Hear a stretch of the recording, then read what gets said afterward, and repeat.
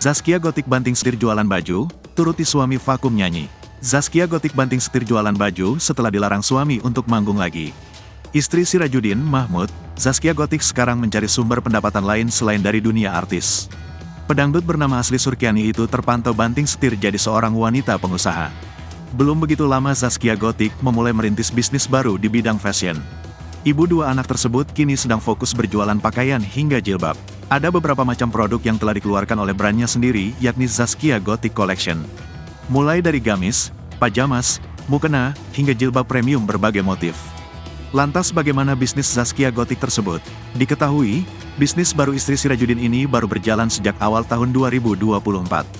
Zaskia Gotik merintisnya dari nol, bahkan sampai membuat akun Instagram baru yang baru diikuti ribuan followers.